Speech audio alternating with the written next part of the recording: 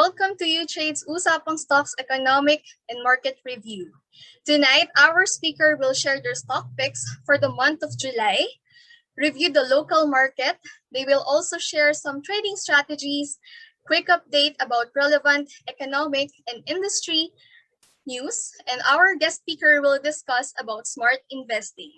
Mga kaibigan, please join me in welcoming our speakers for tonight, Mr. Neil Maderaje, Research Analyst, Mr. Cristopher San Pedro, Technical Analyst, and Mr. Edmond Martinez, Investment Advocate of Unicapital Securities, Inc.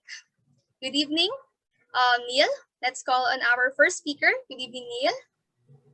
Yes. Good evening, everyone. Let me start by thanking everyone for sharing your time with us. For those who are actively trading in the market, and sa ating mga investors din going for the long run. Good evening. Thank you for committing this time to update your investment strategy with us.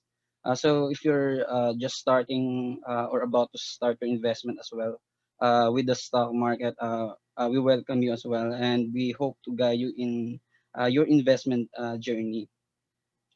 So for our agenda for tonight, for the fundamental research side, we'll review the recent performance of our index. Ito yung magbibigay sa atin ng overview perspective of the market. We'll talk about factors that significantly affect the market. What are the catalysts or recent developments that move the market, and some risks to consider as well. The current valuation of our index, cheap pa rin ba ang overall market natin? Are we still in the accumulation period? Pag-usapan natin yan. And our outlook moving forward. And we'll also share our stock picks for our bottom-up research ideas. Ito yung mga company research namin na leaning more into the value itself of the company, and those that may offer high dividend yields. Okay, so to start, we start with our index year-to-date performance. As of June 25, we closed at 6,951. Still lower year-to-date, pero kung titignan nyo sa chart natin, we gained some upward momentum since the latter part of May. We even touched the 7,000 level mark on an intraday. And this is supported by improving economic factors. Number one, we're posting gradual economic recovery. Ang GDP growth natin for the first quarter of the year was at negative 4.2%. Although still on the negative, this is better than the negative 8.3% in the last quarter of 2020. Unemployment rate continued to decline as well in April to 8.7% from last year's record high of 17.6%. And habang patuloy na nire-relax ng government ang quarantine restrictions, mas maraming businesses ang nagbubukas, which results to an improvement of our labor force. Number two, compared to previous quarters, mas marami ng business sector ang nagbalik operasyon. Although the government reimposed a stricter quarantine measure in March, mas marami ng business ang nakapag-adjust, nakapag-adapt, as they have a system in place already for its day-to-day operations. Third, and a key economic growth globally, the government's vaccination efforts. This remains as a key factor for improving our economy, as this increased consumer confidence and boosts economic activity. Later, we'll be discussing how reported COVID-19 cases affect the index performance. And number four, we've also started to record daily net foreign buying transaction in the past weeks. This showed substantial foreign participation in the recent runoff of the index. So we can tell if foreign funds are finally back fully, pero we can see substantial foreign buying participation. And this affect our market positively. On the next slide, for our index members, as you can see, mas marami pa rin ang index issues that are on the negative than on the positive year-to-date returns. So ICT, this is the port operator, lead the index members with 32.8% gain as of June 25. And investor expect the company to benefit from the global trade recovery as more economies gradually recover from the impact of the pandemic. We also have the three big banks, BDO, BPI, and Metrobank outperforming the index. This is in line with investors' expectation that as more businesses reopen with the relaxed quarantine restrictions, the banks will benefit from improving bank lending activities. And on the right side of the graph, property issues continue to lag the index. A sharp recovery in the sector is unlikely seen in the near term. So this is the lower occupancy and low mall foot traffic, which affected their businesses. On the next slide, uh, in comparison with other selected indices globally, our remained lagging. Most of indices already posted double-digit gains, as you can see. This is following the global economic recovery.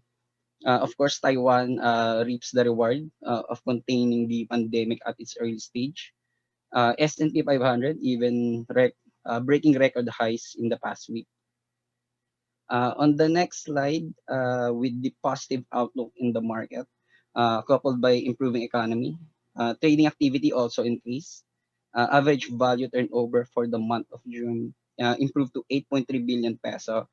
This is from 5.6 billion peso in April. This was when the government reimposed a stricter quarantine measure. And average value turnover for June was also boosted by the recent listing of Monday Nissan Corp.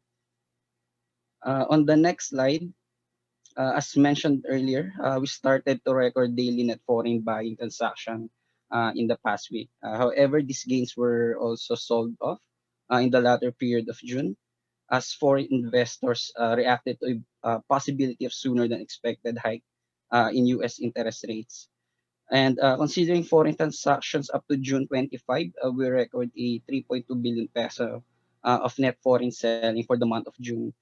This is still lower from 9.5 billion peso net selling by last June of 2020.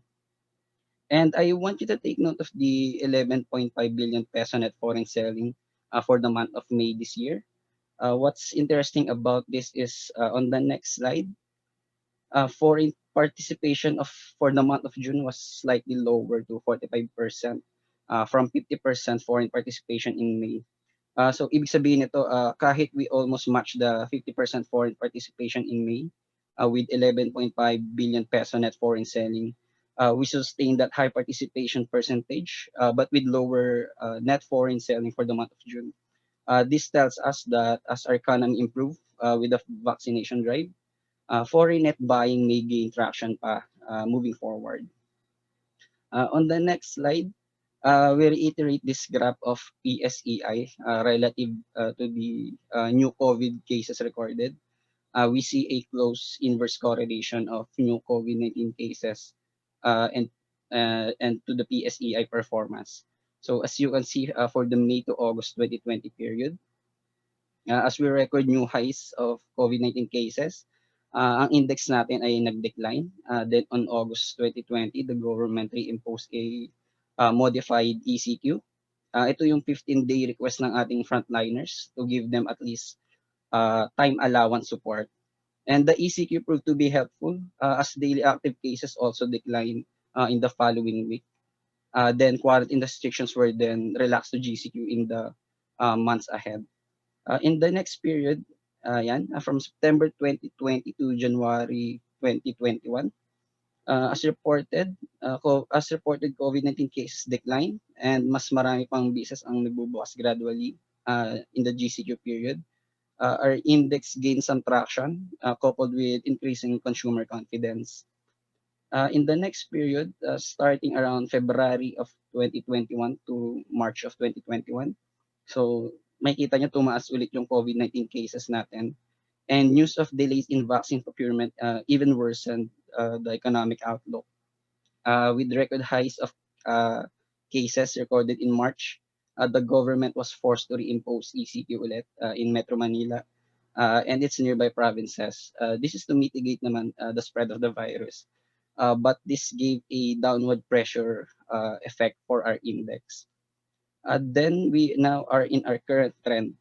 So will the index continue its uptrend momentum, or will it consolidate muna for a while? So about here's what we know so far. We still post high COVID-19 cases, although declining. Note that the government started the vaccination drive in March 1. This gave a better sentiment boost for investors. We still need to monitor new cases, but we'll need to check as well the success of the vaccination drive, as this will also fuel economic recovery and optimism in the market as well. On the next slide, as stated earlier, the government started the vaccination campaign in March, and as of June 27, around 10 million vaccine doses were already administered. We still have a long way to go. According to Department of Health, only 2.32% of the population are fully vaccinated, while 6.93% received their first jab of the vaccine. On the next slide, with the current market situation, we are cautiously optimistic as we put our house call for the index at 7,680 by end of the year. We believe that corporate earnings will continue to recover in the coming quarters. As you can see on our graph on the right, the index is at its cheap historical level at 16.9 times PE. This trading near its one standard deviation from its 19 times PE historical average. So, ibig sabihin nito, a lot of issues are still trading on a discount. For key catalysts, further economic activities should reflect positively in our market. This will be fueled by increasing consumer and business confidence. We will also see high corporate earnings report this year following the low base from last year. And habang papalapit ng election, we will see an increase in election-related spending, particularly at least by second half of this year. Policy adjustments from bills and law, like the Create, Fees, and Guide, will also reflect positively, not only to corporations, but also to the overall economy. Some risks to consider are the resurgence of COVID-19 infections, lalo na with the current threat of the Delta variant, which is known to have higher transmissibility rate, the slower than expected procurement, as well as deployment of the vaccine, and there's also the risk of a double dip recession and regulatory constraints. On the next slide, I think this is the exciting part of the fundamental research presentation, yung laging nire-request sa amin. You can take a screenshot of this slide as well, as this is the product of our bottom-up research. We believe that the following stocks will benefit from the economic recovery moving forward. So for the banks, we choose BPI, although it currently trades at a premium with 17.1 times PE. We use PB or the price to book ratio, as this is a better price multiple metric for banks. And as you can see, BPI is at a 20% discount from its 5-year average PB. The merger with its BPI Family Savings Bank, or the BFSB, would further improve synergy on the firm. Resumption of credit activity is also expected once the economy continue to recover. For consumer, we choose Pure Gold with 13.5 times PE. This is a discount of 26% from its 5-year average PB. Pure Gold retain its expansionary plans within the year, and the company is also a beneficiary of a high consumption as economy further reopen. Then for property, we choose Mega World with its strong office business segment. Valuations are also attractive for Mega World. As you can see, currently with 40% discount from its 5-year PE average and 49% discount from its 5-year PB average. MegaWorld also plans to list one of the biggest REIT offering by second half of the year. For telco sector, we choose TEL or PLDT. As strong demand in data continue following the work from home setups and continued distance learning arrangements. So TEL also offers an attractive dividend yield and higher price upside. For power, we choose Aboitiz Power. We believe that the company will benefit from the commercial operations of its much-awaited Units 1 and 2 of GN Power Unit Plant. So kung naririnig yun na, the Department of Energy is also banking on the commercial run of the GNPD Unit 1 by third quarter of this year, as this will increase power supply capacity, which will resolve the recent low supply issues.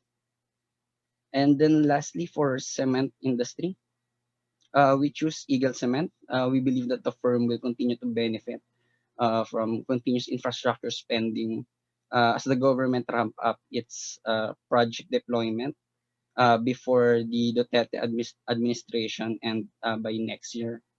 Private construction projects should also gain traction in line with the recovery of the economy. On the next slide, kung mas prefer nyo naman those company that gave out high dividends for our dividend plays, we choose the following stocks, which on our estimates will offer substantial dividend yields in the current year and in 2022. So both TEL and Globe offer an attractive yield, with TEL having 6.4% and Globe having 5.2% for the end of the year. For power, Meralco offers a 7.2% dividend yield this year, even higher next year at 8.5%, while Aboitiz Power offers 4.9% and 4.3% for 2021 and 2022 respectively. And for power, the Ayala Land REIT offers 4.2% dividend yield for the current year and 5% for next year. So REITs are attractive investment instruments as they distribute around 90% of its income annually. On the next slide, so to wrap up our fundamental presentation, we leave you with the following notes. The country remains with a positive economic outlook, and as consumer and business confidence increase following a vibrant economy, this will continue to push market prices higher. The second quarter corporate earnings should reflect company performance amid COVID-19 pandemic. So mas marami ng companies ang nakapag-adapt from the challenges of the pandemic.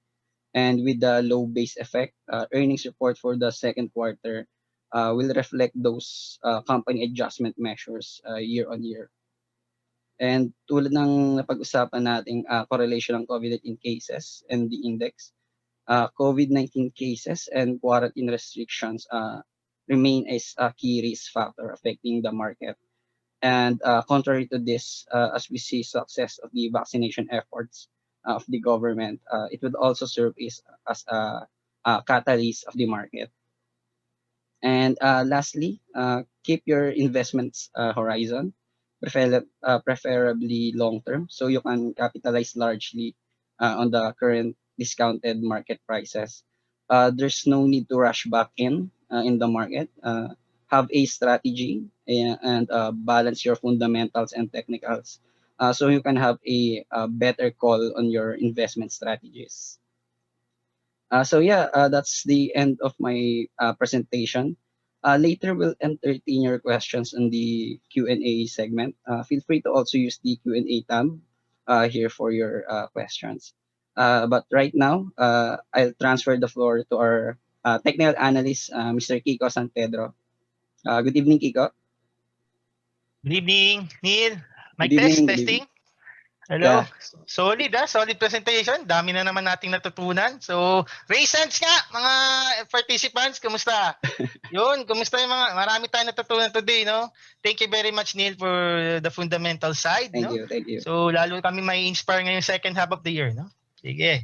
Alright. So, let me share my screen. Okay. So, good evening. So, dear friends, so nanonood, hello po, clients, my students, last Saturday, kung meron man nanonood, please don't forget your yung assignment natin, yung 30-day challenge, remind ko lang kayo. Okay? So, yeah, I'll start with my technical outlook. Okay? So, I believe sa mga first time na participants here in our webinar. I'm Cristopher and Pedro. I'm the technical analyst of UTrade. I'm the one responsible for the daily traders game plan report of UTrade. So yun yung nakikita nyo sa social media platforms ng UTrade. Okay. So my agenda for tonight is all about the local market game plan. So we will review the PSEI and the dollar peso and what to expect the second half of the year, particularly in the month of July. No, we are approaching the third quarter. So, kumusta po ang portfolio ninyo? So, palakpakan niyo yung sarili niyo because you survived, no? So, first half of the year, no? Palakpakan niyo yung sarili niyo, you survived first half of the year. So, investing is a marathon. If you're here, para ko isipin niyo, kikita lang kayo palagi na malaki. Oh, sorry. That's gambling, okay? So, investing is a marathon. Okay, so congratulations, you survived the first half of the year, no? So today is June 30, 2021. Natapos na ang first half ng 2021. Okay, then we will review the investors model portfolio. Okay, magdadagdag ba tayo or are we going to delete the 5 stocks that we have reviewed in the previous edition of Usapang Stocks? O, abangan natin yan. And then, I think you're very interested on this one. The Traders Game Plan, third quarter stock watch list. These are my short-term picks, specifically for next month. Okay? And then, investing strategies and rules for the third quarter. Okay? I will share some strategies and rules. Bakit may nilagay akong rules? I'll tell you later on. Okay? So, let's begin with the dollar peso and the PSEI local market review. So, again, let's review the charts. Okay. Okay. Okay, using ko lang yung screen natin para makita natin yung chart. Ayun. Okay. So, dual screen presentation tayo. So, I'll focus on the chart, no? All right. So, the dollar peso, no? So, sa mga nagbabasa ng traders game plan, weekly we are reviewing the currency pair, no? So, basically, we have seen a potential trend reversal here, no? So, if you're going to look on the daily chart, ano yan? Uptrend or downtrend, no? So, from a downtrend pattern since the start of the pandemic last year, what you observe, nag-bottom tayo near 47.60. And right now, the dollar peso is starting to do a trend reversal, a bullish trend reversal pattern, meaning lumalakas ang dollar against the peso. Okay? So, I believe this is possible. Ano to? May potential bad news to, particularly for the importers, no? So, today, the dollar peso closed at 48.54. Okay? Yan, sa BSP website. I always check the BSP website para legit yung data natin sa closing, no? So, the dollar peso closed at 48.54. So, looking on the chart, we have seen a potential trend, a bullish trend reversal here. So I expect it to range between the support at 48.43 and 48.26. Okay? And the resistance dito, 49.07 and 48.97. Okay? So I won't be surprised if patuloy siyang maging lakas given the trend is telling us na mukhang ito, itetest na niya yung resistance zones sa 49 levels. Okay, so prepare guys. So prepare tayo ng bullish scenario sa dollar peso. I expect a strong dollar against the peso ngayong July. Okay, unless for as long as mag-stay siya above 48.26 and 48.43, itong support zones natin, again, expect natin magiging malakas ang dollar against the peso. So sa mga importers dyan, sa mga nag-o-online shopping, okay, so ayan, expect nyo, possible medyo maging mahal ngayon yung mga bilihin natin, okay? So that's it. So again, for the PSEI, all right, so we have been very strong since we bottom out at 6,080, okay? And today it closed at 6,901.91, okay? It's down by just 54 points or 0.79%. So this is how the chart looks like. Okay. All right. So this is the chart of the PSEI. So basically, pag ganitong month end, I always look on a higher time frame perspective. Yeah. Okay. Bigyan ko kayo ngayon ng some lessons. Every month end, I always review the charts, the index in a monthly time frame. Okay, in order to anticipate what to expect in the next a month or so, you always look on the higher time frame. You always choose the monthly time frame. Okay? And looking on this chart, no? So ito ngayon yung candlestick of the index, particularly as it closes the month of June, no? It's at 6901.91. We're still seeing a green candle. Okay? Particularly after niya mag-hammer, di ba? Bullish hammer last month of May, and then dito sa June confirm yung bullish hammer formation natin, no? So karoon ng candlestick. So yan. So let's see what can happen this month, the month of July, no? So are we going to test and break above this 7,071 resistance zones, no? Ito ngayon yan. 'Di ba? Ito yung I think this was the January and December highs, no? We're looking somewhere at 7,000 to 7,432 levels, no? So this is very interesting to watch. Are we going to test 7,000 up to 7,400 this second half of the year, or are we going to consolidate further? Okay? So that's the two directions that I'm looking at. Okay? So for us to determine the consolidation pattern, okay, we're going back to the daily chart. Okay, so balik tayo sa daily time frame. Okay, all right. So this is what I expect sa consolidation pattern ni index. Okay, I expect it to consolidate at the support zones at 6783 and 7,076 naman yung support resistance natin. Again, I expect it to consolidate between 6783.19 support and resistance zones natin. We're seeing a psychological resistance at 7,000 and 7,076.01. Okay? So I'm still bullish in our market for as long as it stays above the critical support zones, based on the Fibonacci levels. Ito 6597.20 at itong 6399.88. Okay? As long as we hold above this key Fibonacci projection levels at 0.382 and 0.5, so we're still healthy, no? So we're still healthy. The index remains healthy. And another bullish scenario to consider is that mag-hold tayo at 6756 and 6916, di ba? If you're studying Fibonacci projection zones, okay, so that's a bullish indicator, that's a bullish sign. So I won't be surprised if we test 7.4 to 7.8 as we head towards the year end.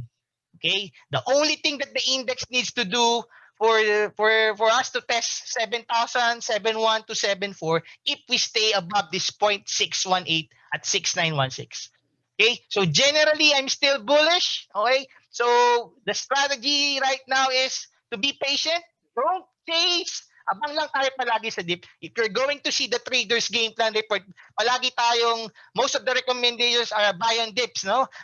Selected lang ang mga momentum strategies natin na buy on breakout. I want you to be patient. Always remember, hindi tayo iwan ng market.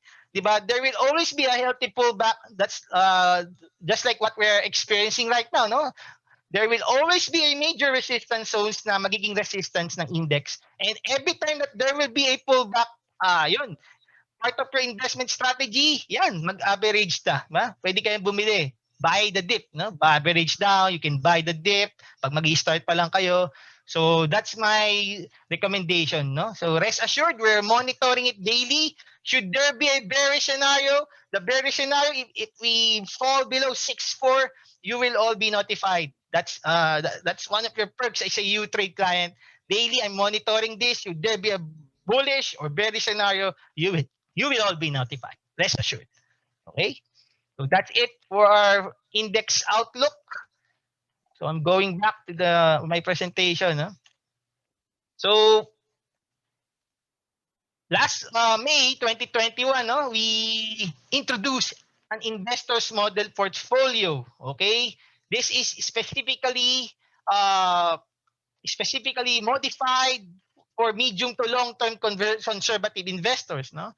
This is for you. Ito yung mga busy sa work, di ba? If you're looking at a 5 to 10 year horizon, hindi kayo full-time, hindi kayo short-term chupitero sa market, Diba? Ito yung nare-recommend namin na strategy na pwede nyo gawin. Okay, mag-focus tayo sa blue chip stocks and we also include some REITs for us to have some dividends. A while ago, si Neil sabi nga sa atin, if you're a dividend play hunter, you want to beat the time deposit sa banks, you want to beat, if you're trying to beat inflation, pwede kayo mag-invest sa REITs. You gain 5%, 6% per annum. Hindi natin kikitain yun sa mga banks that are offering us, di ba? Yung mga ina-offer nila ng mga time deposit, maxi saver, etc., etc. So that's the power of the REITs, no?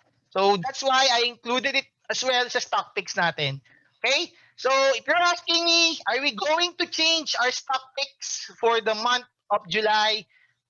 We're still sticking to the plan. Stick on these 5 stocks: ICT, JFC, ARIT, ACE, and BDO. Focus on these 5 stocks. Our strategy is always accumulation through buy on dips. Pagka bumababa siya, set an investment goal. Let's say for every week, diba? Or pwede akong bumili, diba? Mag-set kayo ng investment schedule niyo or twice a month, 3 times a month. Abangan lang ako, bibili ko ng 5 stocks na to. Okay, so for example, if you have a 50,000 peso, 100,000 portfolio, or 10,000 portfolio, I suggest you divide them equally, 20% each, allocate nyo dun sa portfolio ninyo. Okay, equal allocation ang suggestion ko, accumulation through buy on dip strategy, buy in tranches, always buy on the support zones for entry opportunities. Okay, if you're going to track the performance of our investors' model portfolio, diba? Given its conception last May 3, 2021, using these 5 stocks, ICT, JFC, ARIT, ASEN, BDO, okay, so the performance is around 17% as of June 30, 2021. Okay, so kitang-kita natin we were able to ride the performance of the market, no? The performance of the PSEI. So that's one of the power of this investors model portfolio. Okay, the goal of this investors model portfolio is to cater the medium to long-term clients. So rest assured, I'm monitoring it daily as well. Should there be any rebalancing, because we'll never know what the market will tell us. Darating ang time, ARIT, ASEN, or GFC, possible mag-trend down sila, may bad news. So there will come a point that we're going to adjust. Okay, hindi tayo mag-i-stick dito. So rest assured, as a UTrade client, you will be the first to know as well. Okay? So for now, stick tayo on the game plan, stick on these 5 stocks. Mas pagka humina ang market, if we test 6.7, 6.5, or 6.6, assuming mag-correct siya, mag-consolidate tayo, given our scenario a while ago, given we're anticipating a consolidation pattern before we test 7,000 to 7,400 levels. So that's an opportunity for us to get in on these 5 stocks. Okay? So again, ito naman, for short-term traders out there, I think ito yung mga full-time traders. So these are my recommendations. Okay? These are my stock recommendations for short-term and aggressive investors. Sa mga YOLO traders out there, if you have time to monitor the market, so these stocks are for you. Okay? These stocks were filtered based on volatility, volume, and based on the trend, these are healthy uptrend, and sometimes ito yung mga nagko-consolidate a perfect accumulation strategy, if ever. Okay, so take note of these stocks: Del Monte, DMC, DMCI, ALHC, Wilcon, Green, Converge, Pure Gold, Nickel, and IMI. Again, DELM, DMC, ALLHC, Ayala Logistics Holdings, Wilcon Depot, Greenergy, Converge, Pure Gold, Nickel, and IMI. Okay, so 3 strategies ang pwede kong ma-recommend. Swing trade, no?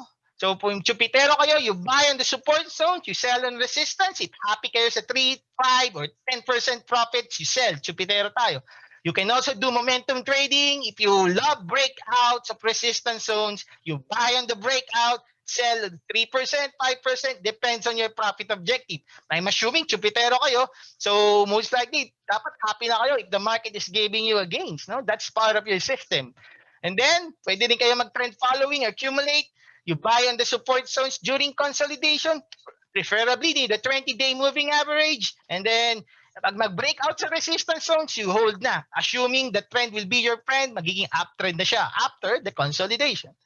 Okay? So, for in-depth outlook, so meron tayong July 9 event.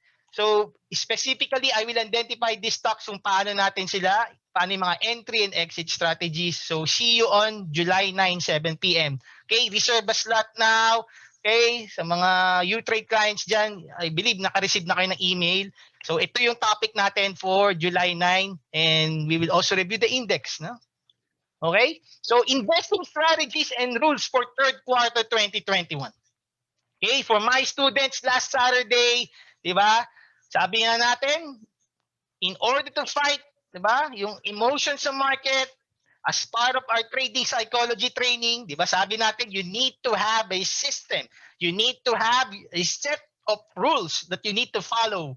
Diba? Sa mga students dyan, ay hopefully mayroon akong students na nanonood ngayon. No? Raise hands nga kung meron. Okay? Mga umattend yun. May dalawang umattend nung advanced technical analysis. No? Hopefully, tuloy-tuloy yung assignment. Ha? Don't forget yung assignment natin and our upcoming training. No? Meron tayong follow-up review session para ma-monitor ko kayo. Okay? So, sabi ko nga, you need to have a rules, no? As part of your trading strategies. Okay? You need to follow these rules pag nag-i-invest kayo sa market in order to contain your emotions. In order to fight greed, fear, diba? Yung pride sa market. Kailangan you need to have an investing strategies and a set of rules and you follow them consistently. Hindi pwede na may rules ka and then nagpa-hype ka sa isang stock, nakalimutan mo na yung trading rules. No? So ito yung isa sa mga marirecommend ko na trading rules for third quarter 2021. No? Number 1 is say no to social media and chismis analysis. Okay? This was one of my mistakes during my early days of trading. No? I've been in the market since 2010. And believe me, in the first 3 years of my investment journey, I lost a lot of money because wala akong trading system, wala akong trading rules. I only base my buying and selling decisions based on social media, based on the forums. Ano bibili na ganyan? Anong chismis? Guys, say no to that. You need to have your own trading system. You need to have your own trading strategy. Do your own due diligence. Okay? We are here to help you, but at the end of the day, it depends on your decision and trading strategy. Kailangan nyo pa rin mag-aral, guys. Okay? Trading is a learning journey. It's a learning marathon. It's not just about making money or losing money. Always remember that. Okay? Then, for your stock selections, you need to focus on short-term momentum and bounce play opportunities, no? And then, as much as possible, huwag kayo mag-all-in. Trade only in small position size for risk management purposes. Diba? As much as possible, pagka magmo-momentum play kayo, particularly if you're exposing yourself sa mga penny stocks, second and third liners, huwag kayo mag-all-in. Trade only in small position size para ma-monitor nyo rin yung risk management. Okay? Or stock selections, you focus on uptrend stocks, the one which are trading up, no? And then for momentum and swing trading opportunities, mas maganda, you follow the trend, no? And then for the sideways stocks, pwede kayo mag-accumulate, no? Assuming napansin nyo, nagbo-bottom na siya, nagko-consolidate na lang siya. So that's, pwede kayo mag-accumulate naman, accumulation opportunities doon. You monitor the support zones, no? Okay? And then, always define the range. No? You need to know where the buyers and the sellers are. Ito yung nakikita natin sa trader's game plan. You need to know where the support and resistance is. Okay? Napaka-importante yan. Define the range. That's the bread and butter of our trading system, of your trading strategy. And the holy grail, the risk management. No? You need to identify and execute your take profits and stop loss plan. Okay? Hindi naman pwede na wala akong risk management. Nagcha-chart lang ako. Okay, diba? Mahirap yung ganon. You know how to plot the support resistance, the trend. You know to calculate the indicators. However, you don't have risk management. You don't have a take profits and stop loss plan. Okay? What if the market turns against you? What will you do? Wala kang risk management. Diba? So you need to have these key elements, no, sa trading plan niyo. And then patience, no? Laban tayo, guys. Play the long game. Diba? If you're a conservative investor, focus on high growth and high dividend yield stocks. The one Neil identified a while ago, napakadami nila recommendations para sa ating mga value plays, no? Value stock recommendations, high dividend yield stocks for your monthly investment plan, no? So, and then, yeah, I recommended as well the Investors Model Portfolio para sa mga medium to long-term plan natin. If you're looking the next 5 to 10 years and 20 years, ito yun, mag-focus kayo sa mga blue chip stocks, okay? Wag sa penny stocks, okay? And then diversification, the art of diversification, okay? Diversify your investment into different asset classes, diba? At UTrade, we have stocks, and then we're also offering mutual funds, no? For example, we have the Atram Unicapital Mutual Funds na makikita ninyo on our trading platform. Okay, and then you can also invest on digital banks that are offering high interest, no, per annum. And then, yeah, cryptocurrencies, but never go all in on this. Expect, again, I believe cryptocurrencies is very mainstream at the moment. However, please take note of its high volatility, no? High volatility nature siya. So, I strongly suggest to study first cryptocurrencies before you get in. Hindi porket you saw a friend at your social media, may mga nag-hype dyan, kumikita kami, blah, blah, blah. And then you jump in and then you put all your money or savings on it, given na alam mong kumikita siya.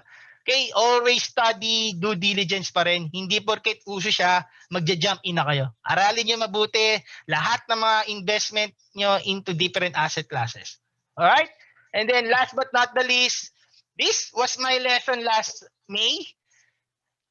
We launched the Investors Model Portfolio during the during market downturn. During, alam natin, mukhang lahat clueless, lahat nag-jump in sa cryptocurrencies and other market classes, kinalimutan nila yung stock market, yung index in particular. It pays to be a contrarian. Pag lahat takot, lahat kinalimutan na yung market, nag-bottom na yung market natin. And what we did last May 2021, we launched a new product, a new strategy, Investors Model Portfolio. And look what happened. We already gained 17% as of June 30, 2021.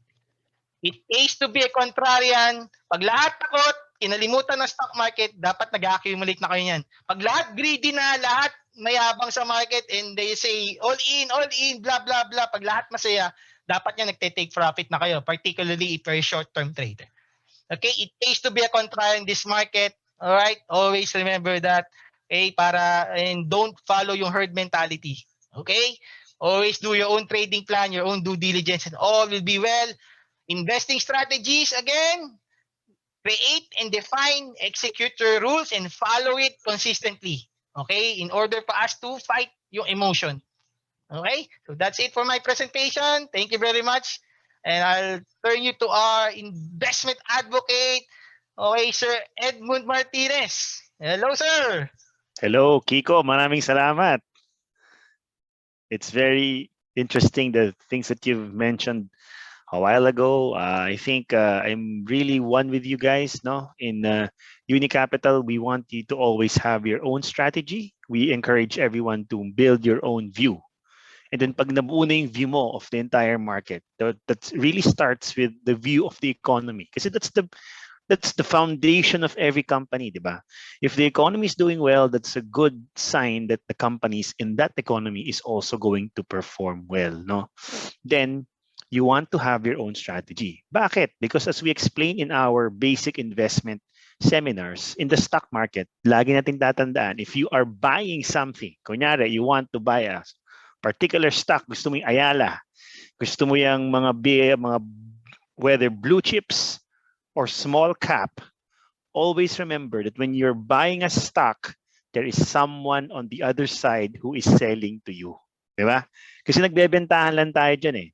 So, in its very core, yung mga social exercises na yan, sinasabi nga ni Kiko, na ma-hype ka sa isang social media platform about one particular stock, it runs against how to win the stock market because someone is indeed selling to you on the other side, right? So when you are also following those gurus, no? Of course, yung mga gurus na nagsasabi ng mga stocks, not on the basis of sound technicals or sound fundamentals, pero dahil nga dun sa chismis analysis na sinasabi ni Kiko, then you're in for a very rough ride. And in UTrade, of course, in Unicapital Securities, our job here is to help you increase your success in the stock market, no? Whether it's through the use of yung fundamentals kanina ni Neil, very interesting yung nabanggit niya kanina, yung parang inverse correlation between the market and COVID numbers, no? Nakita niyo pag tumataas yung COVID, bumababa yung market and vice versa. Very interesting, no? And the use of technical analysis, yung mga skills ni Okik in trying to read the market, no, trying to read the charts and trying to see what the buyers and sellers of a particular stock or a market is telling us. Because whether you like it or not, the price of the stock, since lahat tayo, whether you're a big company, a retail investor, whether you're a watcher or someone in the sidelines, we are all looking in one price, in one stock. So in that respect, yung accumulated knowledge of the entire market, whether it's good or bad, mainly is in the price. So yun yung importansya niyan. In the fundamental side of things, no, that's the foundation. You learn about economics, you learn about industry and determine what's cheap or not, whether it's growing or not. And the technical side, you also tend to see a particular skill on how to buy these companies, no? Yung behavior of the price and understanding what the price is telling you, right? And that being said, ladies and gentlemen, I think we have some special beta access for each and every one of you. As you all know, we have launched recently one of our web projects called one of the web projects called unicapitalsecurities.com. So it's a web project that we've started here in Unicapital that's designed to be able to help you guys form that strategy or at least shorten it. We're not naman saying na, okay, ito na yung tingnan nyo. But instead of reading through a lot of things, no, after, and of course, looking at so many charts, then there's a shortcut tool that's available to you. So first, you have to go to unicapitalsecurities.com, and then, of course, you can register for a trial account. And there, you can access what we like to call the smart bull. Diba? Diba sa stock market, ano yan, that's a very common nomenclature, whether you're bullish or bearish. But sometimes, na-associate yung bull sa mga taong napapahype. So we want to encourage people to be smart bulls. Hindi ka lang smart because, hindi ka lang bullish because everyone's bullish. Sabi nga nag-igo, it pays to be a contrarian. So you have to be the smart bull. And we hope that this tool can serve as your edge in trying to increase your chances of having a meaningful relationship with the stock market. So if you click down here, this is of course in beta version. So please forgive us. So if you have any comments, I think my email is written in the tool. So let me know what you need to see and kung may na-notice kayo any bugs in the system. So let me explain. First, we have a set of tools that are designed to make investing easier for you. Parang shortcut lang, parang to narrow down opportunities as they come. So first of all, let's go to the stock ratings. So ito yung pinaka-latest ratings namin for each and every stock. So nakita naman dito, we have bullish ratings, very bullish, watch closely, and bearish. So anong ibig sabihin ng mga ratings na ito? First of all, it uses fundamental and technical elements to come up with that particular rating. So we are very bullish on a particular stock if the fundamentals are good, no? And also if the technicals are good, right? So paano natin nasasabi yung good fundamentals? First of all, dapat the company is growing. And that is growth in its earnings, di ba? Sabi nga natin, if you invest in the stock market, you're investing in businesses. And ba't ka mag-invest sa isang negosyo na hindi naman lumalaki, right? So we have to take a look at growth. Second is that hindi lahat ng lumalaki ay dapat bilhin dahil minsan sila ay medyo mahal na, right? Like for instance, yung mga favorite ng mga foreign funds natin dyan, yung mga SM and that, I think there are 7 or 8 stocks na lagi nila binibili na kahit gano'n na kamahal, they still buy. So sometimes these stocks can be expensive. Kinakita niyo naman yung mga picks kanina ni Neil, di ba? One of their requirement is a significant discount from the estimated fair value and the price to earnings ratio. So if the stock has good fundamentals, meaning, okay, it's mura yan, at there's good technicals, then it's very bullish. Meaning, that's I think the best you can look at it. Diba? If there's good fundamentals and good technicals, and it's very bullish. Now, how do we say that it has good technicals? First of all, we look at trend. We look at the trend of the stock. We just use the moving averages to have a general determination of a stock's trend, and also its forcefulness by the positions of the MACD lines. I think in the session of Kiko, he also talked a lot about that. So kung merong uptrend and there's forcefulness in the uptrend, then it's very bullish. Diba? And then the other ratings. Pag medyo may problema tayo sa trend o may problema tayo sa there's imperfect fundamental and technical readings, diba? Then it's bullish. Ito naman, very interesting is the watch closely box. Diba? So sometimes, even if stocks are cheap and growing, they can be on a downtrend because there's a third factor that affects stocks, and that is sentiment. Like for instance, diba, kahit gaano kamura yung mga stocks na sinasabi natin, yung pinakita kayo ng chart ni Neil, there's a table of all the stocks. And ang mga nagtaasan lang ng presyo at nag-appreciate, and I think above a certain determinant of cheapness are just a few stocks. But the rest of the index still remain to be cheap, right? But why are they trending downward? It's because there's sentiment. And you must remember we are a small and open economy, small and open stock market. So we are generally influenced by the flows of foreign investors. So that being said, kahit maganda yung company, the technicals can be bad. So nandyan siya sa watch closely box and so on, right? So that's just one of the tools. If you click the stock, then you'll see some of the advice we give to our customers. So nandiyan na yung holder advice. Kung ikaw may hawak ng Ayala, or kung ikaw ay bibili pa lang ng Ayala, then there's something that's some descriptions of the strategies we'd like to share with you. Okay. Another interesting tool in the Smart Bull is of course the Smart Screener. Sabi kayo niya ni Kiko, di ba? Oh, just invest in uptrending stocks, right? So in this filter, you can see all the determinants that we use to come up with the ratings. So first, kunin natin yan, di ba? Dun sa trend score, meron diyang quite a short description, di ba? So, i-pick mo lahat ng stocks in an uptrend. Click there, and then, boom, 117 stocks ang uptrending, right? Sinasabi kayo ni Kiko, sige, pick the uptrending stocks, but iwasan mo ng konti yung mga small caps. So, choose the capitalization score, and then gusto mong large caps, click that, and then boom, there are 21 large cap stocks that are currently uptrending, right? So very interesting. And lastly, gusto mong i-apply yung sinabi kanina ni Neil na, di ba, choose lang yung cheap stocks, then go to the value score and click very cheap, meaning in discount nila from fair value is more than 20%.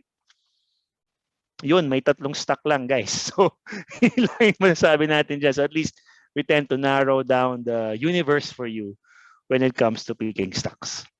And last but not the least, of course, I tend to have a very, very short talk this evening, is the Bargain Hunter. Ito very, very simple tool lang. As mentioned, it just presents to you kung ano yung mura. Kasi, of course, I think si Kiko and si Neil can also share this experience, no, when I used to wear a jacket or a t-shirt that associates me with a brokerage, di ba? Tapos may nakitang mga investors sa airport, they ask you, sir, ano ba magandang bilhin?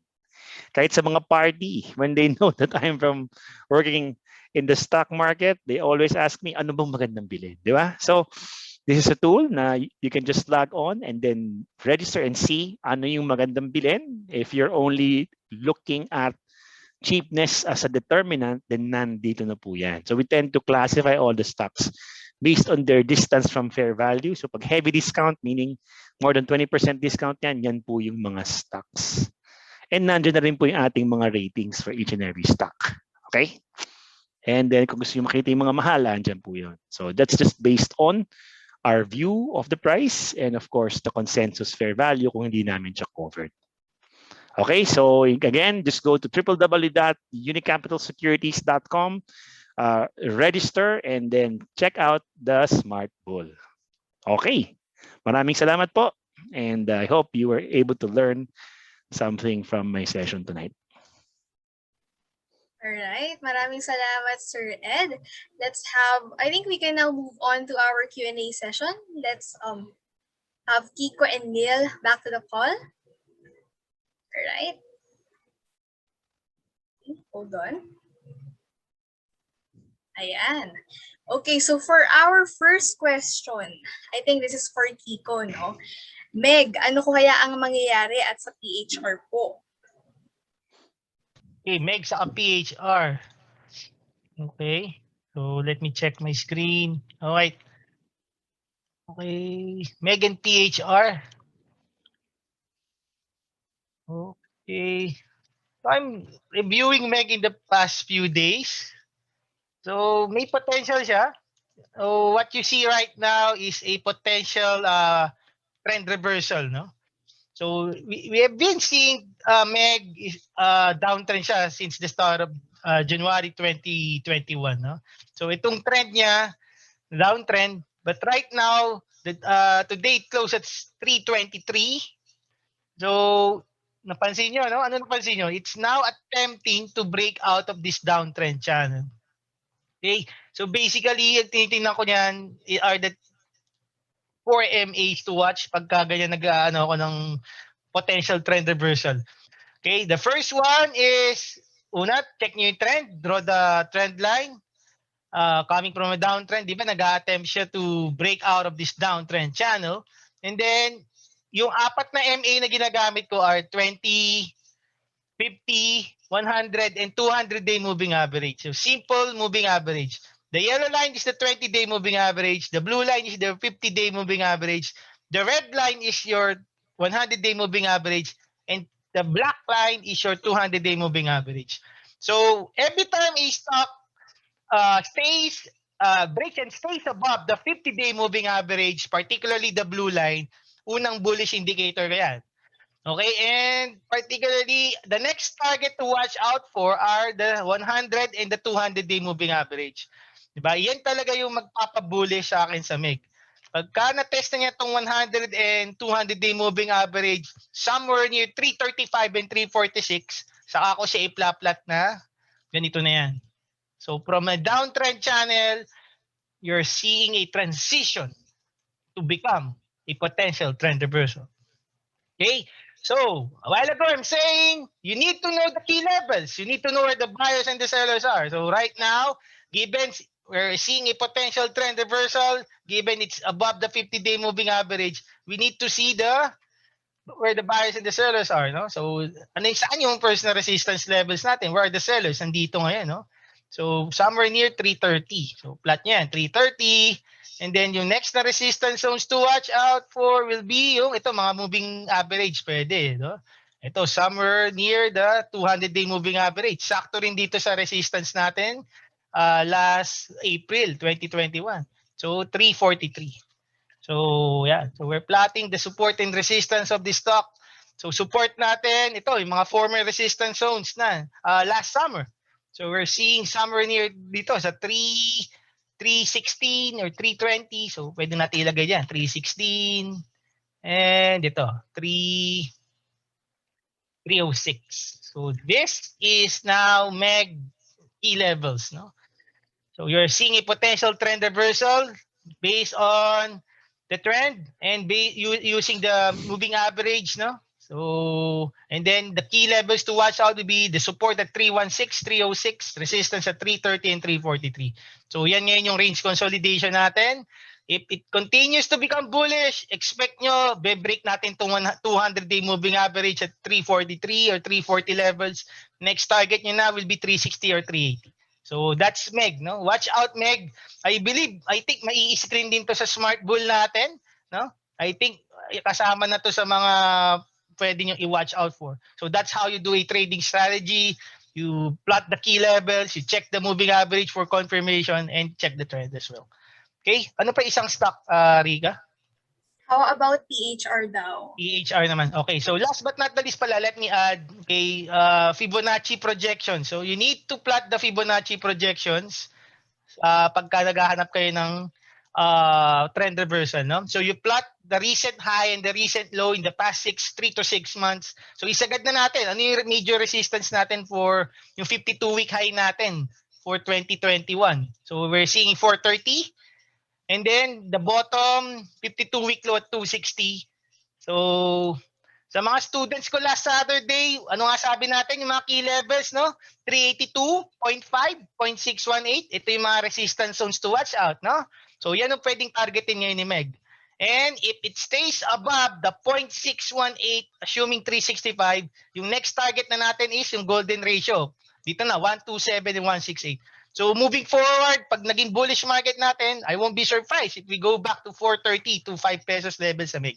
So hindi to rocket ship, no? So babantayan din natin siya day by day, week by week. Pero nakita ko nga may potential trend reversal tayo dyan. Then last, okay, next is PHR.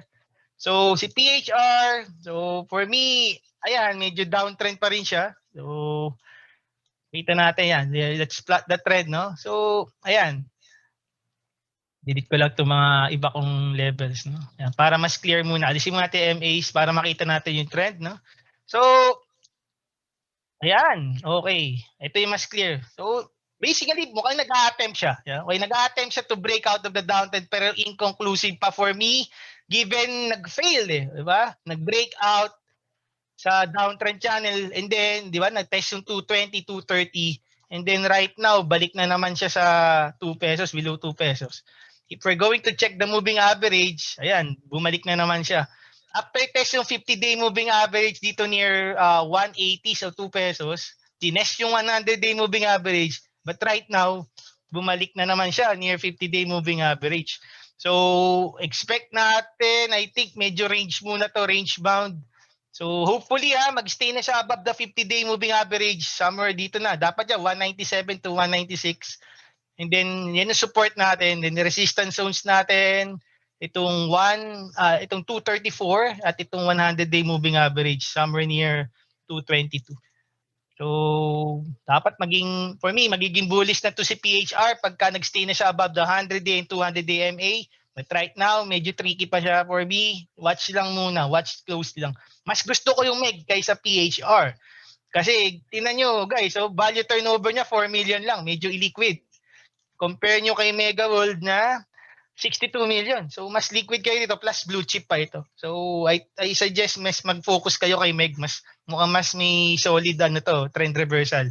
Particularly if we become bullish ngayong second half of the year. Thank you. Ayan, maraming salamat, Kiko. For our next question naman, I think Neil can answer this one. Oh. Do you have any insights, Neil, on SEB and MAC? MAC? Yeah, okay. For SEB, currently don't monitor, although don't cover the stock, but maraming issues ngayon on the airport stocks. I think with the current issues, I think it's better to have your technicals, as this is more better judgment. This will be serves as a better tool for your judgment. And for Mac, also we don't cover it yet. And technical will also guide you on for the calls for Mac. Thank you so much, Neil. How about you, Kiko? Baka meron kang ma-share sa ating SEB? client. SEB ba? So, SEB, I think, isa sa mga binili ko yung SEB. I think nirecommend natin yung SEB last month. I think meron tayong recommendation sa SEB. Because isa to sa mga binili ko rin last month sa some of my clients. Binili ko sila ng SEB. Particularly dito nung nag-breakout dito sa 48 to 48 levels.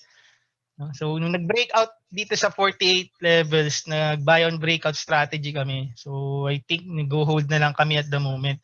Okay, so si Seb, at same tang theory natin a while ago, kitang-kita ninyo na the moment it breaks out and stays above the 50-day MA, specifically this blue line right here, diba? Alam natin, since the past pandemic year, nag-downtrend, then what happened? Nag-consolidate siya after establishing a low dito sa 30 levels.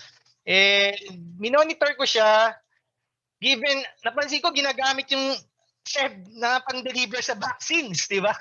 Diba? Napansin niyo na lalo sa mga balita, ginagamit ng Sinovac, well, sometimes ginagamit yung Cebu Pacific, saka yung PAL, no? So, and then, I believe some tourist destinations are now reopening as well. May mga friends ako ngayon, nakakapunta na sa Davao, sa Cebu, ganyan. So sabi ko, let's monitor, pwede nang bumili ng SEB. No? So ngayon, kaya bumili ko during yung last month ng consolidation niya. So right now, yung key levels to watch out, ito yung, I think ito na itatargetin ni SEB. So may resistance dito sa 58.30 and itong resistance at 55.25. So critical yan na bantayan niyo kung mabibreak niyo yan. Otherwise, so buy lang kayo. Itong mga former resistance zones could now act as your support zones. So hopefully mag-hold itong 51.85. So 51.85, pwede kayo mag-buy on dips dyan. Saka itong 50 pesos kung patuloy na maging weak ang market natin. So yan ang yung nakikita kong key levels kay SEB. It continues to remain bullish. So alam naman natin, I think if you're checking the MAs right now, oh wow, I love Uptrending this. na, no? Uptrending na. The 20, Yes. the price is above the 20, the yellow line is a 20, the 50 day is the blue line. The red line is your 100-day, and then the black line is your 200-day. Oh, I love this stock already. That's why I'm holding this na for my client. Nakabili kami sa below 48. So watch out. Mga previous resistance zones, mukhang babalikan natin yung 50 to 60 levels. Itong pre-pandemic year ang target natin sa SEB. Pero hindi to rocket ship, ha. It could be 6 months pa or 1 year from now. Pero tingnan niyo yung upside. Yung risk-reward ratio natin ang ganda. Diba? Alam niyo, tatargetin natin itong pre-pandemic levels na at 70 to 90 levels. We're expecting more than 50% gains dito. Diba? So, watch out, you said, no? Gusto ko na siya. So, pwede kayo mag-buy on dips, no? I believe may screen dito na Smart Bull. Diba? Ito, may trading strategy na tayo. If the Smart Bull can confirm this one, that's it. Laban tayo dito, guys. Medium term pick natin to. Oh, if I can add a bit to what Kiko has mentioned. In fact, mukhang medyo, of course, initially, pag sinabing airports, parang ayaw mo, no? Kasi walang nagta-travel. Pero syempre, it also pays to be contrarian. Kasi anong iniisip ng lahat ng tao ngayon, di ba? Parang ayaw ko mag-airport. So, they're throwing their airline stocks. And true enough, if you visit the Smart Bull, and you, well, di na pala ako pinag-present, but if you visit the Smart Bull, you can see that, in fact, the SEB already has a bullish rating in the Smart Bull. Bakit? Because I think it's already cheap. The market has priced it well below its expected growth. And now that, of course, as they mentioned, the pandemic is slowly, I think we'd like to call this the tail end of the pandemic already, you know? Meaning we're going back to normal. So I think growth is already expected. So hence, there's a bullish rating. And as Kiko mentioned, it's also in an uptrend already. Ito pa nakashare na ako. So I think one of the beta features, you can now search for SEB. Cebu area, nakita natin, di ba? Ito, since we don't cover this, we use the consensus fair value. Okay, so it's now a bullish security. Next, let's search MAC. Ito, I think medyo bad news pa to, no? Ayun, Maki pala yan. May bugs pa yata tayo dito. MAC. Tama ba yung natin ito? Croatia. Nako, parang bearish pa ng konti. No? So, natin dito sa hindi pa oras dito, no? Kasi hindi pa oras. Okay? So, focus tayo sa SEB, no? SEB muna. Yeah. SEB muna. And let me add na rin sa MAC, no? So, tricky pa eh. Tricky pa din to si MAC, no? Pero, mukhang itetest pa tong 50-day MA, no? So, based din sa Fibonacci natin projections, okay, sabihin natin nag-bottom na rito at 391. 52-week high 898, 391 sa 52-week low. So, monitor lang muna kay MAC. Mas maganda kasi kung nag-hold na to above 200 DMA, particularly itong 560 or 550 levels. But right now, mukhang ito yung next na support zones na i-test niya, somewhere near 520. Okay, so dapat mag-hold na tong 50-day and 100 DMA para lumaban to si MAC. Otherwise, mag-focus kayo kay SEB I think Seb has more bullish prospect fundamentally speaking as well. No? Mas gusto ko yung Seb na rin kaysa kay Mac. Given, alam niyo na, medyo di ko rin gusto yung volume pa niya. Mas gusto ko yung mas liquid enough si Seb for me. No? So, yun na lang muna yung masasuggest ko guys. Thank you, Rika. Just to add also to what Yes, sir. Kiko mentioned, it's not a rocket ship, meaning it's very sensitive to COVID pa rin yung airline na yan. Kasi pag biglang nagtaas ulit cases natin, you might find that people are again forced to stay at home. Ako na gusto ko na mag-travel, so pag nag-open na ulit yan, ako yung nauna namin gagawin na sa family, sa travel out, no? So Seb yan, Seb. Okay. Alright, maraming salamat Sir Kiko and Sir Ed. I think we have another question for our fundamental. What is your target price for GMA? Yes, for GMA, we don't have the current target price for it, but looking at its stock, I believe the current movement of the stock is more on a sentiment-driven price action due to the absence of ABS-CBN. Of course, with the challenges ABS-CBN is facing right now, traders are expecting that GMA will take that revenue shares in the past. All right. I Ayun. think we have, yes sir. Sige, so if I may add again, no, sa Smart Bull, pag sinerch mo yung GMA7, yun yung one of the stocks that we have rating na watch closely. Kasi like what Nilas mentioned, medyo mahal na yan. And the growth is not that good as well. So I think masyado na-excite yung market natin dun sa prospect na sila na lang ang the Philippines only national television, di ba? But if you take a look at the chart, it's still trending upward with some forcefulness. So if you're holding this, then watch it very, very closely. It's either magpapalit yung consensus, biglang magde-declare ng sobrang taas na earnings, or biglang magre-reverse yung trend. So again, watch closely. Maraming salamat, Sir Ed. I think we have another question from our viewer for fundamental. What upside do you see in ASEN if there's any? Yes, for ASEN, for its fundamentals, I think the company has a robust balance sheet from its capital raising activities last year and even at this year. The company is continuing its aggressive expansion, which should be beneficial in the long term as demand is projected to grow in line with economic recovery. Kahit nga sa atin dito, di ba, we're even facing power supply shortage. So the power demand growth in Southeast Asia region will serve as will push ASEAN prices higher. Okay, maraming salamat again, Neil. Next question. Sir, what are your thoughts sa green? Maraming salamat po. You can answer this one po. Ako na siguro kasi isa to sa mga stock picks ko at i-feature natin to next week para dun sa ating July 7 event. So, I love green because I believe isa to sa mga potential uptrend and outlier natin for July given the healthy MAs you're seeing right now. Plus, I think ito na sooner or later, mag-a-attempt na siya to break out itong 52-week high somewhere near 494. So if the stock breaks out of that 52-week high 494, using the golden ratio of Fibonacci, I'm targeting 538 to 593. Okay? So right now, what I want you to do sa Greenergy, so hindi nyo sa kailangan habulin na sa breakout. So ano napansin nyo, every time na nagbe-breakout siya, hindi siya pwede sa TSUPITERO, no? Bumabalik siya, nagko-correct na naman. So ang gagawin yung strategy rito, just by backtesting this chart, pag nakikita nyo, babalik lang kayo sa support, doon kayo bibili sa support. Tinetest naman niya itong mga former resistance zones, pwede nyo maging support niya. So right now, parang pwede natin sabihin, nag-higher low na siya dyan.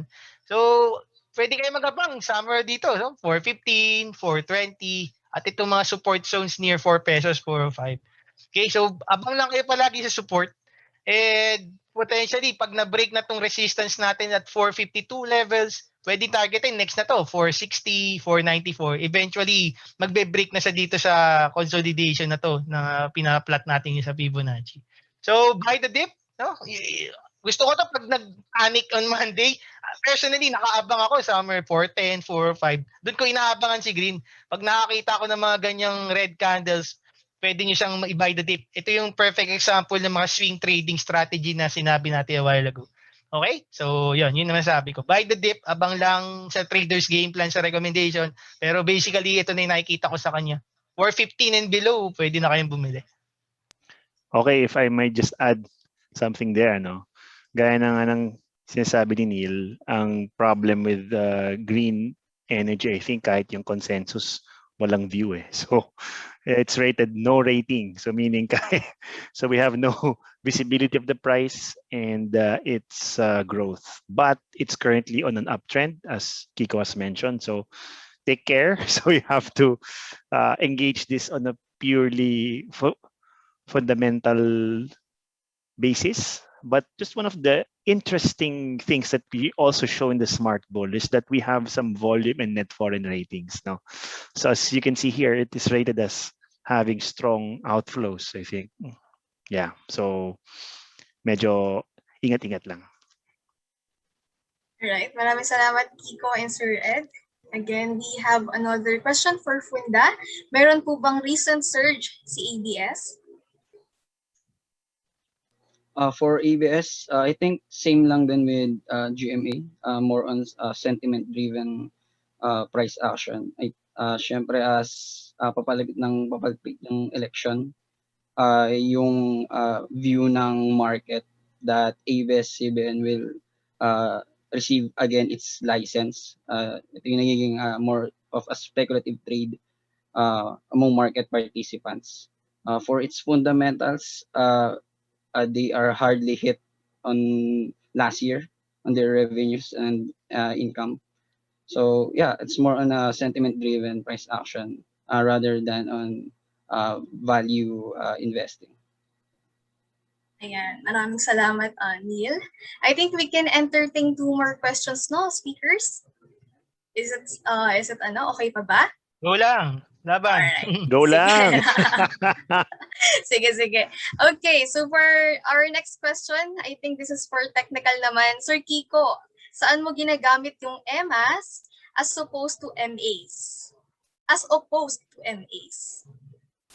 Okay, so basically EMAs and MA, kung i-google nyo siya or pag-aaralan nyo yung long and short of it, how to use it in a mechanical way, yung EMA, masyadong pang short term. So, ginagamit yung short term, pag sinabi natin short term, pag EMAs, to sa daily perspective or intraday, pwede nyo gamitin. Lalo na kung magba-buy on dips kayo or buy on dips or buy on breakout. Okay? So, basically, sometimes gumagamit ako ng EMAs. For example, nakita mo siguro yung chart ko, no? Alright. So, gumagamit ako ng EMA crossover, for example. So, for example, ito, I have 5-day and 10-day EMA crossover. So, for example, yung isang stock na maging sa mga penny stocks, okay? Pag TSUPITERO kayo, you want momentum trades, I use EMA crossover, for example, 5-day or 10-day EMA. Pag nagko-crossover sila, buy signal yun. So, doon ako nagbabuy and breakout. Yun, isa yun sa mga considerable factors ko. So, ginagamit ko yung EMA based on my backtesting system as well. Pang-confirm ko to kung magbe-breakout ako sa isang stock. Okay? So, most likely, pang short term ang ginagamit ko sa kanya. So, dapat dito, you manage your risk as well. Because sometimes, not all EMA crossovers are accurate. Diba? Last Saturday, sabi ko sa mga students ko, hindi porket marunong na kayo mag-chart, tinuro ko sa inyo lahat ito ng MAs, moving average, EMAs, or Fibonacci. 100% accurate ito.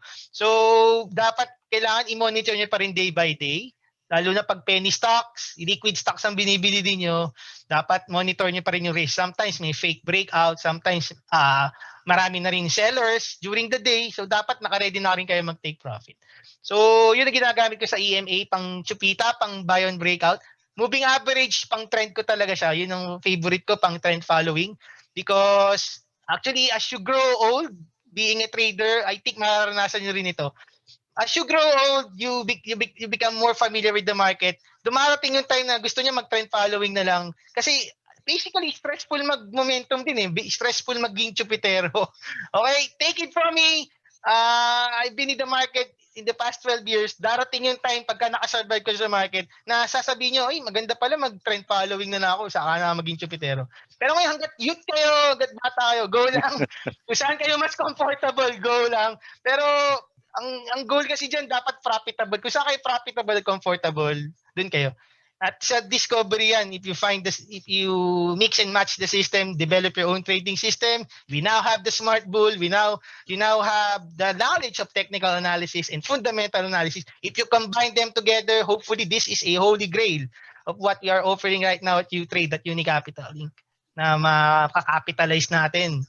Diba? So, ang goal natin, maging consistent gainer tayo, maging consistent kayo sa growth. Huwag niyo isipin yung jackpot mindset. I've been wrong in that mindset in the past yung mga early days of trading ko. Kung jackpot mentality kayo, magkasino na lang kayo sa Soler. Huwag na kayo mag-open ng UTrade. Okay, students ko. You better na lang. Dapat talaga discipline, smart investing, napaka-importante. Be a contrarian. Okay, so yun na may papayo ko sa inyo, guys. So that's it. So, just to add also, Kiko, pag tumanda-tanda ka pa ng sobra, nag-aantay ka na ng major, yung mga major dips, tsaka ka bumibili. Sir, mahirap yung monitor ka. Kasi siyempre, kakabahan ka pa, lalo nagkakape ka pa. Oo nga eh. Yun. That's good. Okay.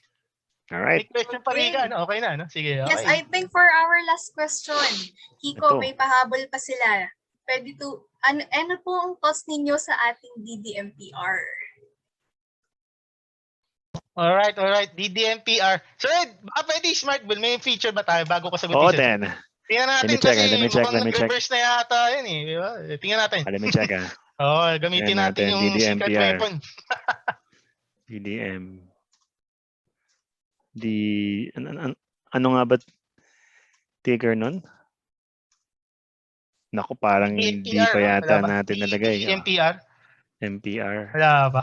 Yung mga double, may name search din to eh. DD lang pare, pero sige. Wala pa. Sige, that's one of the bugs, no? Sige. Take note natin yung DDMPR, sir. So I'll take it from here muna. Neil, prepare ka rin if you have something to add later on. So DDMPR, so first and foremost, ulitin ko ulit sa mga new clients, sa mga bagong viewers sa webinar, if you're buying REIT, expectations reality tayo hindi mo pwedeng chupitahin yan. That was a major learning factor nung IPO ng DDMPR, ng DDMP REIT. Lahat naging bullish, lahat in-jump, magiging next Merrimart daw to. So what happened? From naging meme tayo dun from expectation naging reality, di ba?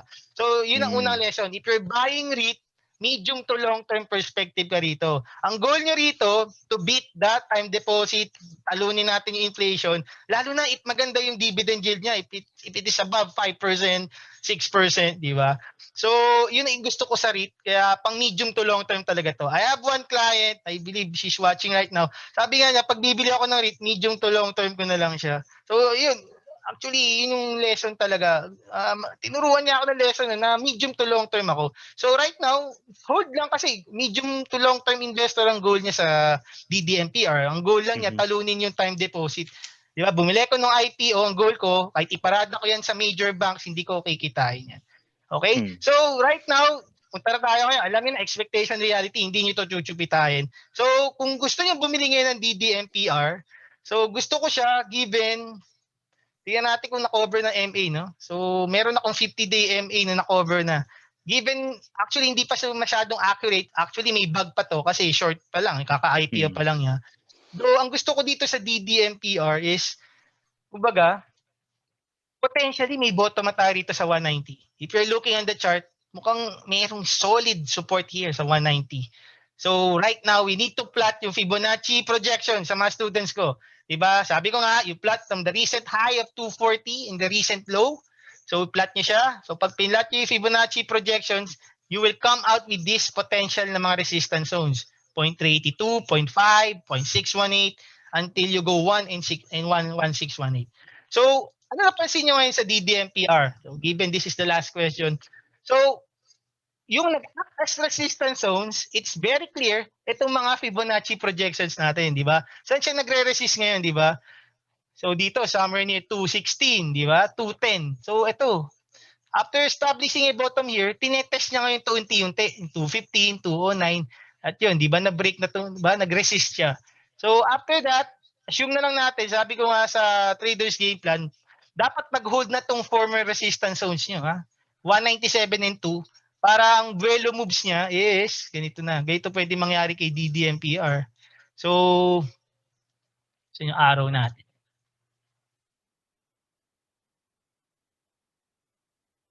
So, pwedeng ganyan. Magbo-bottom tayo dito.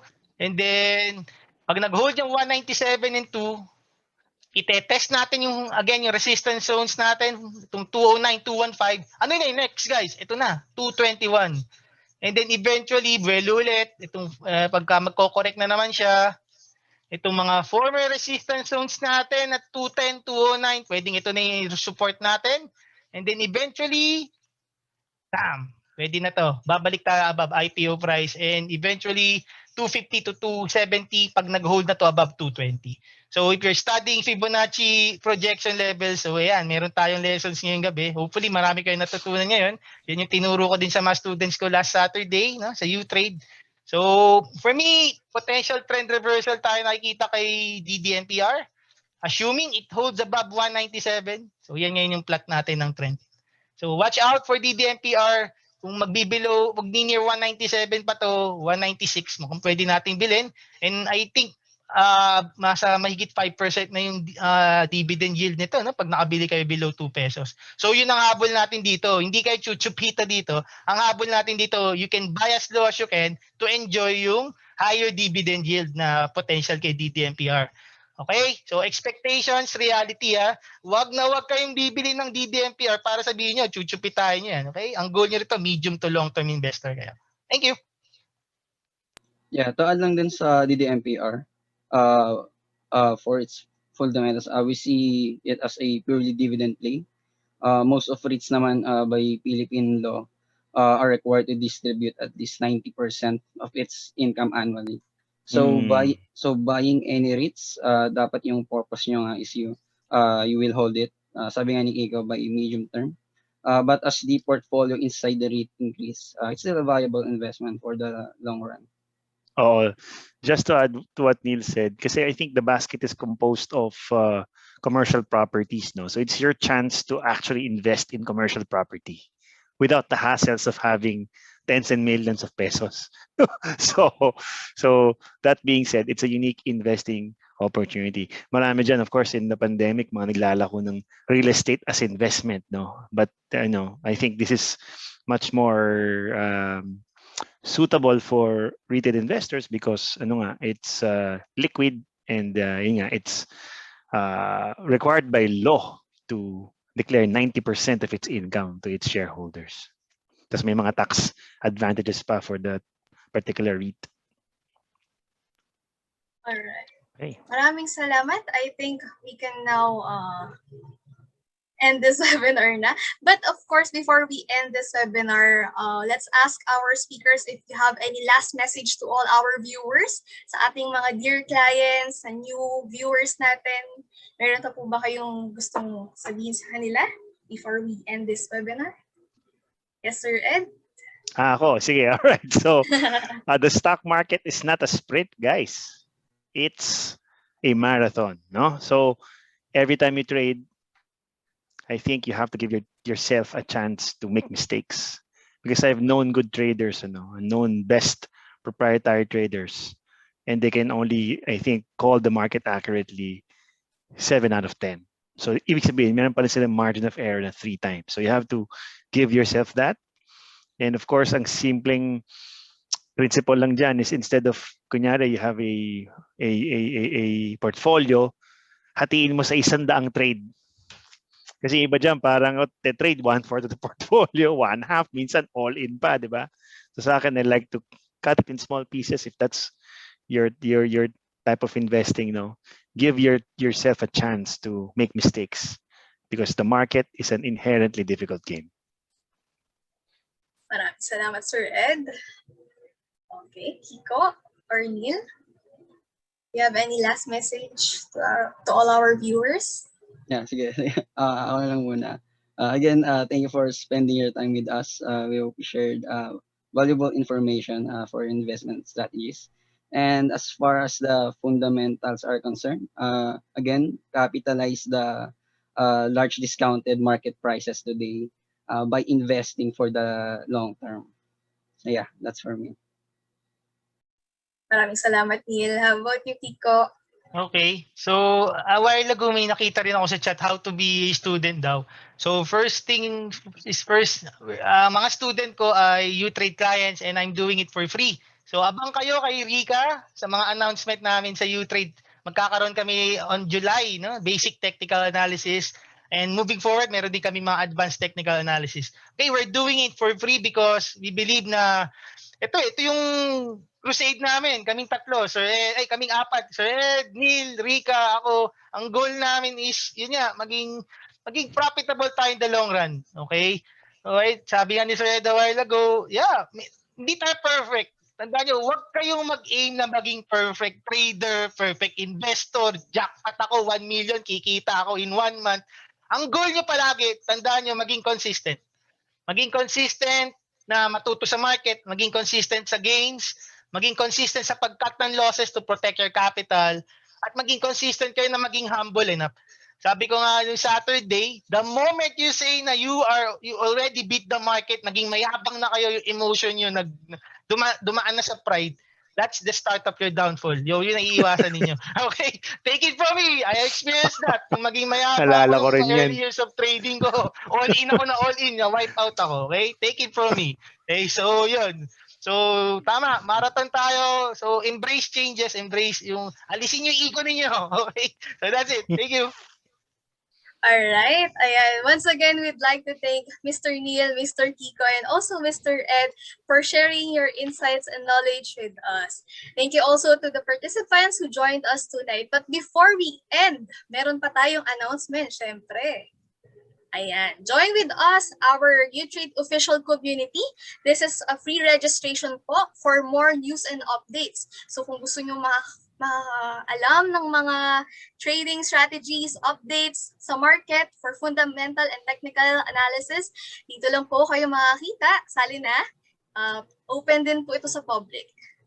Next one, upcoming events for our month of July.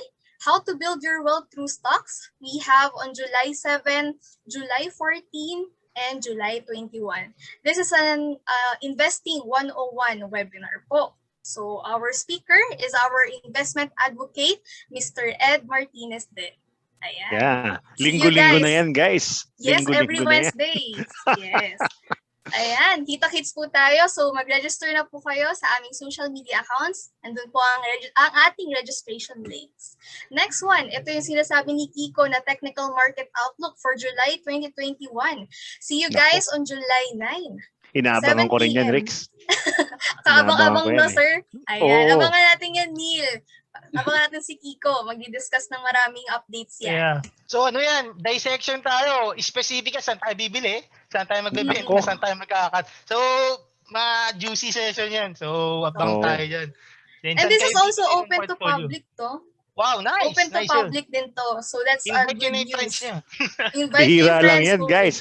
Mm-mm. Normally, that's just for UTrade customers, but I guess Yes, it's a special exactly. session, no? Mm-mm. All right. Next one, smart loans and smart investing, how to expand your business or own good ones in the stock market. Of course, our speakers is Mr. Victor Guerrero and also again, Mr. Edmond Martinez. Ayan. Yes, So, ako din tamang-tama yun. to, sir. Ako, Yes, sir. sir, mukhang mga big time yan. Sir, pautang ha? Dino, Joke lang. Kaabang-abang din alam nyo to. kung paano umutang. Meron silang mga keys. Di ba? I think yun yata yung sabi ni Vic dyan eh. Paano ka mangungutang? Paano ka ma-approve? Yan, and better dyan. Alright, so see you soon guys. Sa July 13, register na rin kayo sa aming social media accounts. Next one, Traders Lunch. Live streaming will be posted in our Facebook group. So sali na kayo doon sa ating UTrade official community. That's 12 noon. So meron tayong 1 hour real-time session ng Real-time trading yan. with Kiko. Live to kicks, no? As in, Yeah, habang real kumakain time. ka, pwede Sir, kang magtanong, tama. no? Minsan, bibili ko dyan eh. Dumating yung time dyan, nag-post kami na 1 minute, may order ako sa client. May selling ako. So, Okay, makikita nyo, magbebenta ako rito, magbibili. So, pagtanong na kayo kung may gusto kayong chat, intraday, kung ano pwede natin bilhin bago mag-pre-close market habang pre-close. So, we're monitoring it real time. So, I think isa tayo sa mga gato lang sa industry, no? So, Oo nga. I think that's the first of its kind, ng ganyang show. Tsaka yung real time. kung gusto mo magkaroon ng flavor ng trading talaga during trading hours. Dito ka, sali ka Yan dito. ka, Traders Lunch. Next one, another basic technical analysis. Ito po para sa mga newbies na chupetero or trader. Dito po tayo sumali, free and exclusive for UTrade clients. So if you are not still a UTrade client and you're interested to open an account, automatic kasali ka dito. Ayan, so see you on July 24. That's Saturday, 2 p.m. I think it's a 3 to 4 hour session, no, Kiko? Pero may mga 10-minute breaks tayo. Yeah. Last Saturday, record tayo 4 hours. So yung mga students natin, mukhang talaga na... Maraming natutunan. Hopefully, Yung mga nagtatanong how to become your disciple, ito yata ang entrance exam. Basic entrance exam. I mean, not an exam, but basic orientation. Di ba, pare? Correct. So, again, this is for free eh. Yun ang maganda kasi may nakita ako are offering it, may bayad na. So, ba't ganun? Hindi pwede ganun. Dapat free tayo. Basta UTrade client ka, may perks ka. Kumbaga, parang nagne-Netflix ka na lang. Oo, tama. So, matututo kayo, parang nagne-Netflix kayo, manonood kayo, then ito yung entrance exam nyo, tama, para maging advanced trader kayo. Okay? Okay, parang ito, driving school, ito yung acceleration muna tayo bago lumiko. Tama. Alright. Next one. Ang dami mo namang events, tita. Yes, sir. Madaming kabang-abang para syempre mas Busy tayo. na lang ating mga viewers and also our clients. Ayan. We have another Usapang Stocks, Economic and Market Review. Next, we have our speaker for research analyst, si Mr. King de Mesa naman. May yung gamer yan, malakas yan. Gamer Magaling si King. Malakas sa Call of Duty yan. Talaga? Yung pala yun, Call of Duty. Gamer yan. Kung may tanong kayo sa games yan. Pwede rin. So see you guys July 30, that's Friday again, 7 p.m.